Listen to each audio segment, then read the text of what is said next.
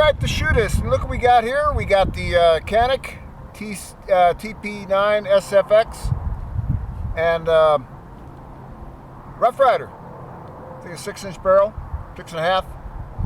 All right, we get that 120 yard mark, and it's a truck taillight. Found it out here along the side of the road. See if we can hit it.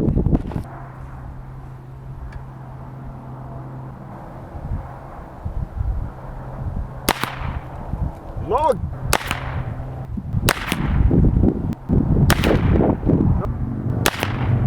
Off to the left. I seen that one.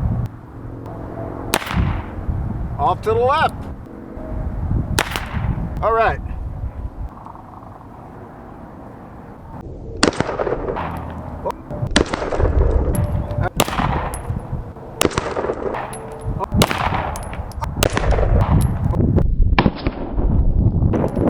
Oh, is that close to the right? Just a little bit of a flinch. I felt that.